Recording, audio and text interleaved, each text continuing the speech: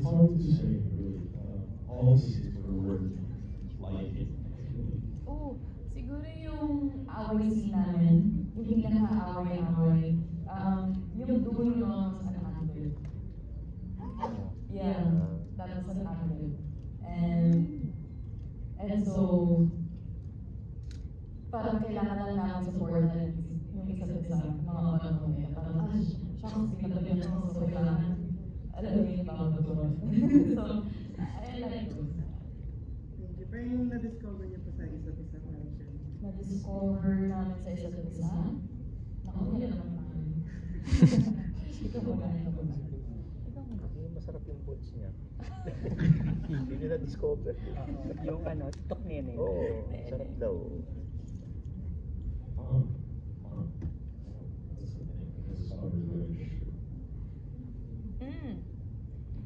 Malalim si Marco. Hindi ko sabahin na, saan ba? Hindi, may depth siya, like parang siyang old soul, na parang pinanood mo siya sa cinema, tapos parang nakakapakikita mo sa mata niya, sa lahat ng galaw niya na, like hindi lang siya acting, kumbaga, yun yung sinasabi ko, na master mo na, cute, and nakakatuwa kasi, wala, nakikita ko yung growth ni Marco, and I will always be here to support you and to guide you. How could I not? I have the best, sexiest teacher. Thank you. No, really.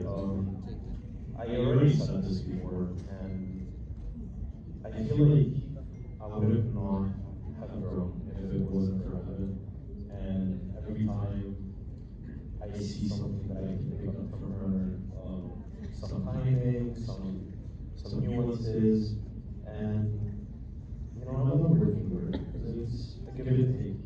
And I'm here in the Philippines to get a better at, and how I don't know. I just love working with you. Thank you so much po. And dito po pala for our videos. Thank you. Thank you po. Thank you. Any other? Okay. What is this? Alright. Ay, wala. Sige, lalaksan ko na lang ang boses ko. Are you ready?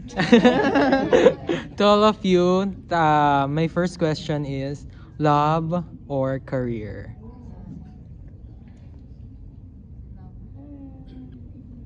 Alam mo, sobrang daling sabihin sana kung pwede both na lang.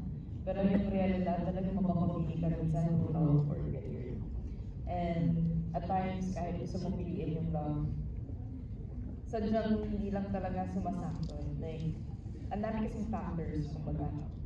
And nasa kapartner mo na yun kung paano niya i-take na okay lang ba na busy ka all the time, and maybe hindi yung priority mo, maybe second yung priority na yun, pero nandun pa rin naman yung pagmamahal sa isa't isa.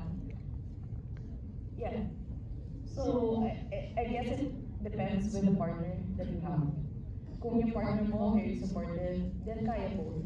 Pero kung partner mo mismo yung papapiliin ka between love and career, then maybe career mo na. Kasi dapat hindi ka pinapapili.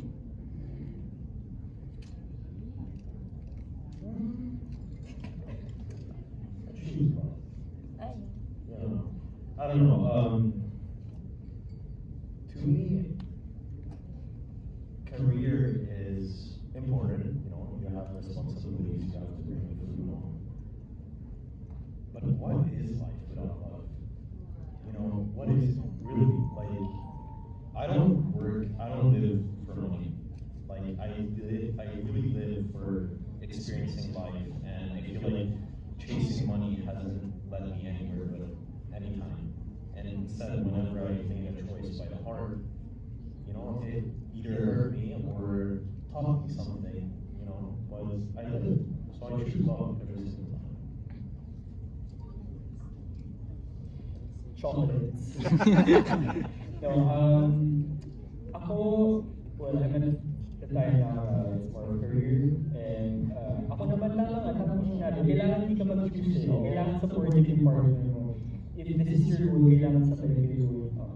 So, ganun ka din sa partner mo. So, I think there needs to be a balance. Ako, swerte ako kasi mahal ko yung career ko. Kaya yung career ang pinili ko talaga.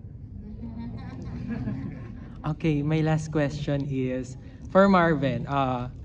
Small tokneneng or large tokneneng? And that's it. Thank you. Oh my God! Ako dapat sasagot nito.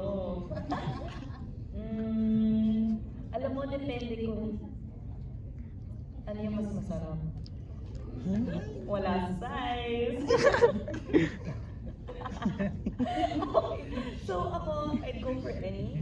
Basta masarap. Ikaw?